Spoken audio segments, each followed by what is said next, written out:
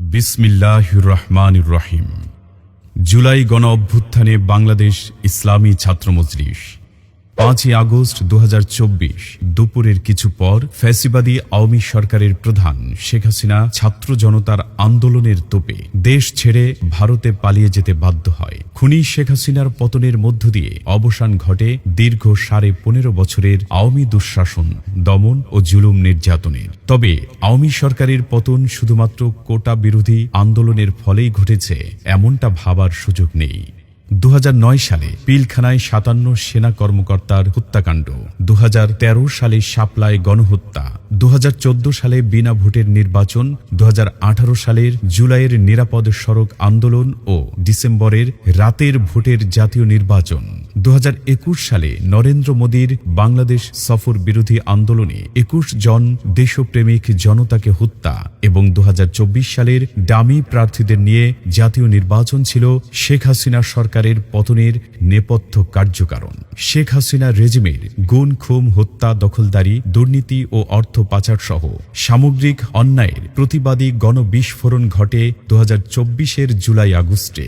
যদিও আন্দোলনের সূত্রপাত হয়েছিল সরকারি চাকরিতে কোটা প্রথা বাতিলের দাবিতে, কিন্তু আন্দোলনরত শিক্ষার্থীদের উপর ছাত্রলীগ ও পুলিশের হামলা, মামলা, গ্রেফতার, পাখির মতো গুলি করে ছাত্র জনতা হত্যা সহ সরকারের নিষ্ঠুর ফ্যাসিবাদী আচরণের কারণেই সরকার পতনের এক দফায় পরিণত হয়।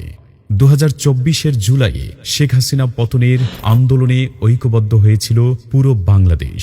ফ্যাসিবাদ বিরোধী প্রতিটি দেশপ্রেমিক রাজনৈতিক দল ও ছাত্র সংগঠন সে সময় রেখেছিল উল্লেখযোগ্য ভূমিকা। 24-এর গণ অভ্যুত্থান কিংবা হাসিনা সরকারের বিগত 15.5 বছরের ক্যাম্পাসে শিক্ষার পরিবেশ ও ছাত্র জনতার অধিকার আদায়ের আন্দোলনে বাংলাদেশ ইসলামী ছাত্র মজলিসের ভূমিকা ছিল উল্লেখ করার মতো। বিশেষত 24-এর জুলাই বিপ্লবে ইসলামী ছাত্র মজলিসের ভূমিকা ছিল অনস্বীকার্য। পুরো দেশব্যাপী আন্দোলন সংগ্রামকে ত্বরান্বিত করার ক্ষেত্রে আন্দোলনের শুরু থেকে শেষ পর্যন্ত মাঠে ছিল ইসলামী ছাত্র মজলিস। জুলাই গণ অভ্যুত্থান যাতে স্তিমিত হয়ে না যায়, জালিম সরকার যাতে ছাত্র নেতৃবৃন্দের রাজনৈতিক ছাত্র সংগঠনের সংশ্লিষ্টতার কারণে আন্দোলন ভিন্ন খাতে প্রবাহিত করতে না পারে, এই ব্যাপারে শুরু থেকেই সতর্ক ছিল ছাত্র মজলিস। সমমনা ছাত্র সংগঠনগুলোর কেন্দ্রীয় নেতৃবৃন্দ এই ব্যাপারে সতর্কতার পরিচয় দিয়েছেন।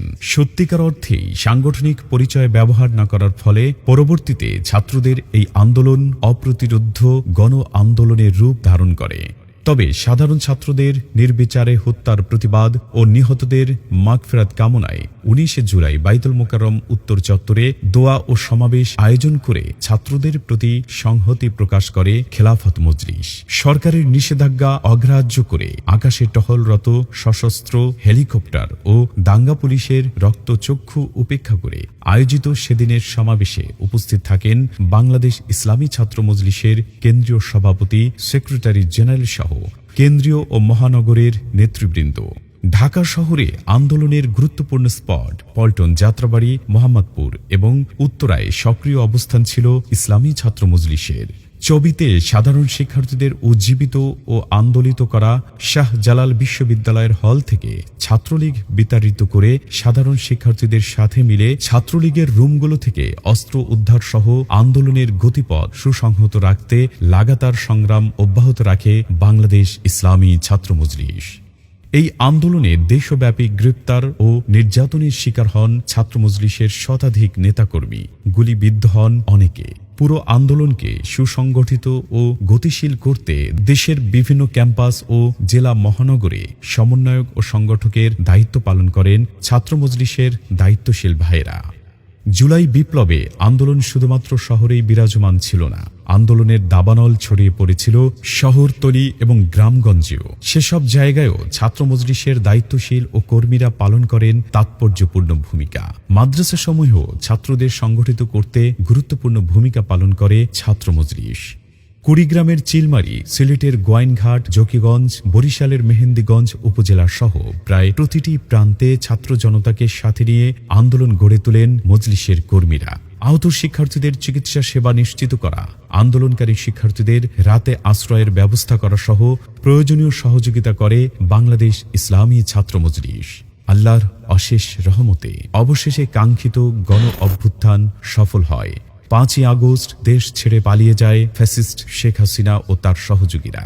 গণ অভ্যুত্থান পরবর্তী সময়ে ক্ষতিগ্রস্ত পরিবারের পাশে দাঁড়ানো, আইন শৃঙ্খলা রক্ষায়, উপাসনালয়ে নিরাপত্তা নিশ্চিতকরণ, ট্রাফিক নিয়ন্ত্রণ, শহীদ পরিবারের সাথে সাক্ষাৎ ও কবর জিয়ারত, আহতদের চিকিৎসা সহায়তা, দেশের সার্বিক পরিস্থিতি বিবেচনায় ছাত্র জনতার ঐক্য ধরে রাখতে ছাত্র উপদেষ্টা নাহিদ ইসলাম ও আসিফ মাহমুদ, সজীব ভুঁইয়া সহ ছাত্র প্রতিনিধিদের বৈঠকে অংশগ্রহণ ও গুরুত্বপূর্ণ সিদ্ধান্ত গ্রহণে ভূমিকা পালন করেন বাংলাদেশ ইসলামী ছাত্র মজলিসের তৎকালীন সেক্রেটারি জেনারেল মোহাম্মদ রায়হান আলী।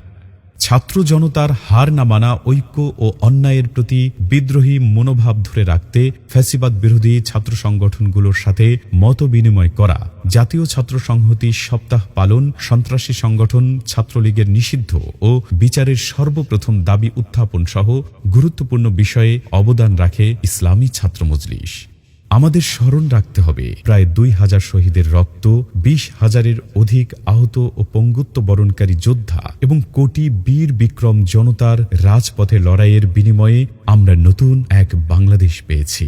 এখানে একক কোনো ব্যক্তি বা দলের কৃতিত্ব নেই কোনো মাস্টার মাইন্ড। নতুন বাংলাদেশের উন্নতি, অগ্রগতি ও ভবিষ্যতের রূপরেখা নির্ধারণে অংশীজন হচ্ছেন দেশপ্রেমিক সকল ছাত্র জনতা। দেশের উন্নয়ন, অগ্রগতি এবং ভবিষ্যতের পথরেখা নির্ধারণের দায়িত্ব তাই আমাদের সকলের। পরিচয়ের ভিন্নতা, মতের বৈচিত্র্য, শ্রেণী পার্থক্য থাকা সত্ত্বেও দেশটা আমাদের। তাই আগামীর ইনসাফপূর্ণ রাষ্ট্র বিনির্মাণে আরও সুদৃঢ়ভাবে ঐক্যবদ্ধ হয়ে দেশ গড়ার কাজ চালিয়ে যেতে হবে আমাদেরই। তবেই প্রিয় মাতৃভূমি রূপান্তর হবে ন্যায়, ইনসাফ ও উন্নতির প্রতিচ্ছবিতে। দেশের অগ্রগতি নিশ্চিত করাই আমাদের প্রচেষ্টা, প্রত্যাশা ও প্রতিজ্ঞা। প্রিয় বাংলাদেশ, আমরা তোমাকে ভালোবাসি। ইসলামী ছাত্র মজলিস 1990 সালের 5ই জানুয়ারি ঢাকা বিশ্ববিদ্যালয়ের কেন্দ্রীয় জামে মসজিদ থেকে যাত্রা শুরু করে আজ পর্যন্ত ছাত্র সমাজের অধিকার আদায়ে ভূমিকা পালন, অন্যায়ের বিরুদ্ধে রুখে দাঁড়ানো, ন্যায় ও ইনসাফপূর্ণ এবং বৈষম্যহীন সমাজ বিনির্মাণে দৃঢ় প্রতিজ্ঞাবদ্ধ। আমরা নীরব হব না, নিস্তব্ধ হব না, যতদিন আল কোরআনকে সংবিধান পাব না।